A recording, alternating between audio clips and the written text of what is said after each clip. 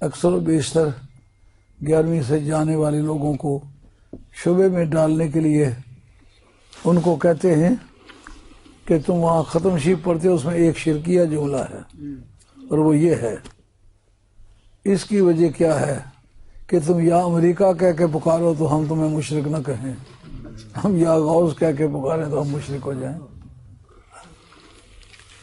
اور یہ عقیدہ کے دور قریب سے کوئی مدد کو پہنچتا ہے، جو مناظر احسن گیلانی نے لکھی نا، سوان قاسمی، لاہور کے رہنے والے سادات ہمارے خاندان میں، ان میں سے ایک قسمت کا مارا ہوا آدمی مناظر احسن گیلانی نام ہے، انہوں نے قاسم نانوتوی بانی دیوبند کی شوان حیات لکھی ہے، وہ وہاں کے پڑے ہوئے۔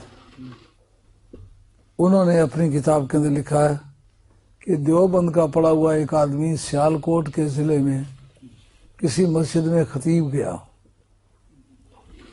اس کو وابی کہنا شروع کر دیا۔ اب وہ مجبور ہوا کہ یا تو میں مانوں کہ میں وابی ہوں پھر رہ جاؤں، اور اگر میں کہوں میں سنی ہوں تو مجھے یہ جھوٹا سمجھتے ہیں۔ کہتے ہیں پھر ایک پیر صاحب بڑے پگڑ والے آئے، انہوں نے کہنا شروع کر دی یہ تو پکا وابی ہے، اس کے پیچھے نماز نہیں ہو سکتی، میرے ساتھ مناظرہ کرے۔ وہ مولوی صاحب دیوبند کے پڑے ہوئے تھے، انہوں نے کہا کہ میرا آگے مناظرے کا کوئی تجربہ نہیں ہے، اس لیے میں مناظرہ نہیں کر سکتا۔ اس پر وہ پیر صاحب شیر ہو گئے، انہوں نے کہا پھر مناظرہ کرو یا یہاں سے دفع ہو جاؤ۔ آخر لوگ پکڑا کے اس کو لے ہی آئے کہ اب مناظرہ کرو یا مان جاؤ میں وابی ہوں۔ کہ مناظرے کی جب بات شروع ہوئی، قاسم نانوتوی صاحب کی سوان حیات میں لکھا ہے، مناظر احسن گیلانی نے اس کا نام ہی سوان حیات قاسمی ہے۔ کہتے کیا دیکھتا ہوں کہ میں خواجہ قاسم حضرت محمد قاسم مولوی رحمۃ اللہ کا اسم گرامی لیتا رہتا ہوں، تو اس وجہ سے میری زبان پر خواجہ آ گیا۔ وہ خواجہ نہیں ہے، وہ مولانا ہے، خواجہ محمد قاسم مولوی رحمۃ اللہ بڑی قداور شخصیت کا نام ہے، روحانی طور پر بہت بلند پایا انسان ہے۔ تو کہتے قاسم نانوتوی سامنے آ گئے، کرسی بچھا کے بیٹھ گئے، جو وہ سوال کرے اس کا جواب فرما، یہ جواب ہے اس کا، اب تو اس پر یہ سوال کر۔ میں سنتا ہوں باقیوں کو سنائی نہیں دیتا، میں ان کو دیکھ رہا ہوں باقیوں کو وہ دکھائی نہیں دیتے۔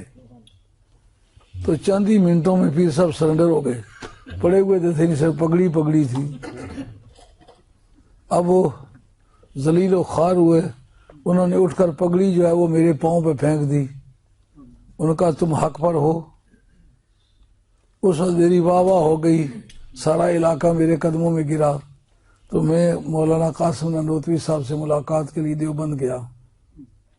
جو ہی میں گیا تو میں ان سے بات کرنا چاہتا ہوں، تو کہتے لوگوں کے سامنے بات نہیں کرنی، یعنی یہ واضح کرنے کے لیے کہ میرا وہاں جانا آنا، میں سیالکوٹ میں ہوں اور وہ دیوبند میں ہیں، تو وہاں سے وہ مجھے دیکھ بھی رہے ہیں، میرے مسئلے بھی حل کر رہے ہیں۔ یہ کیوں کہتے مولوی صاحب اگر پہنچ سکتے ہیں، نبی کیوں نہیں پہنچ سکتا؟ غوث پاک کیوں نہیں پہنچ سکتا؟ اللہ حاضر قیاس۔ نحمدہ ونصلی ونسلم علی رسولہ الکریم۔ آپ حضرات نے پیر عبد القادر کا ایک بتلایا ہوا واقعہ آپ نے سن لیا۔ میں حیران ہوں کہ ادھر سے پیر کہلانا اور ادھر سے جھوٹ بولنا، کم از کم اتنا تو پتہ ہونا چاہیے کہ جھوٹا آدمی ولی نہیں ہو سکتا۔ آپ دیکھ لیں، میں آپ کو خود بھیجتا ہوں کتاب کے صفحے سوان قاسمی کے۔ یہ حضرت نانوتوی کے بعد کا زمانہ ہے۔ حضرت شیخ الہند رحمۃ اللہ علیہ کے پاس ایک طالب علم آیا پڑھنے کے لیے، تو اس نے آ کے پھر پڑھا اور پڑھنے کے بعد چلا گیا. تو حضرت شیخ الہند رحمہ اللہ کے پاس عرصے کے بعد وہ آیا تو پوچھا تو بتایا کہ میں کسی علاقے میں رہتا ہوں، یہ وہ وہاں ایسا واقعہ پیش ہوا ہے. باقی یہ نہیں کہ حضرت ننوتوی رحمۃ اللہ علیہ وہاں ایسے متشکل ہو کے بیٹھ گئے اور انہوں نے تقریر شروع کر دی، نہیں، ایسی بات بھی نہیں. بلکہ وہ کہتا ہے کہ میری بغل میں ایسے محسوس ہوتا تھا کہ کوئی بزرگ تشریف فرما ہے، اور انہوں نے مجھے کہا شروع کر. میں باتیں کر رہا ہوں، مجھے کوئی پتہ نہیں کیا باتیں مجھ سے ہوئی اور کیا نہیں ہوئی. بات تو یوں ہے. اور پھر جب وہ حضرت شیخ الہند کو سنا رہا تھا اور انہوں نے سنایا کہ ایسا ایسا اس کی یہی شکل تھی، تو حضرت فرمایا یہ حضرت نروتوی تھے. لیکن اب حضرت نروتوی کا تو انتقال ہو چکا ہے. اب پیر صاحب کا دجل دیکھیں کہ کہہ رہے ہیں کہ نروتوی صاحب نے فرمایا بھائی وہ بات نہ سنانا یا میرا نام نہ لینا یا خاموش رہنا. کتنے بڑے دجل کی بات ہے. رضا خانیت یوں ہی دجل سے چل رہی ہے اور ان کے پاس کچھ نہیں ہے. اگلی بات یہ کہ حضرت مجدد الفسانی رحمۃ اللہ علیہ محبوب سبحانی شیخ احمد سرہندی علیہ الرحمہ وہ لکھتے ہیں کہ بعض دفعہ اولیاء کرام کی صورتیں ان مطلب بعض ایسی شکلیں ان کی صورتوں پہ ظاہر ہوتی ہیں مختلف جگہوں پر، اور ان سے مختلف کام بھی عجائب سرزد ہوتے ہیں، لیکن جن کی شکلیں ہوتی ہیں ان کو پتہ ہی نہیں ہوتا. حضرت خواجہ باقی باللہ رحمۃ اللہ علیہ سے لوگ آ کے اس قسم کی باتیں کرتے تھے. حضرت آپ کو مکے دیکھا، آپ حج پہ تشریف لے گئے، آپ وہاں گئے، حضرت فرماتے دیکھو کیسے عجیب پاگل لوگ ہیں، میں تو یہیں بیٹھا ہوں، یہ عجیب عجیب باتیں کرتے ہیں. تو اس سے استدلال حضرت مجدد نے کیا ہے کہ اللہ رب العالمین ان کی شکل صورت پہ مختلف جو ہے شکلیں پیدا کر کے مختلف ان سے کام لے لیتا ہے، اور اس ولی اور بزرگ کو اس کا علم ہی نہیں ہوتا. تو اب آپ یہ بات بخوبی سمجھ گئے ہوں گے.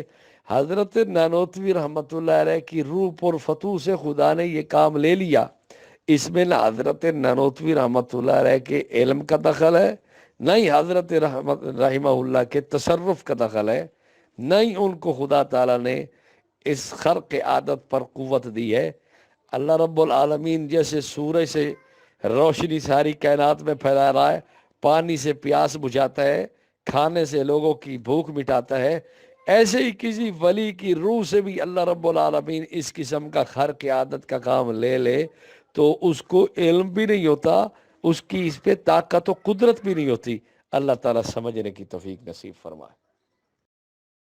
سبسکرائب کریں ہمارے چینل کتاب زندہ کو اور بیل آئیکن کو دبائیں لیٹسٹ ویڈیوز دیکھنے کے لیے.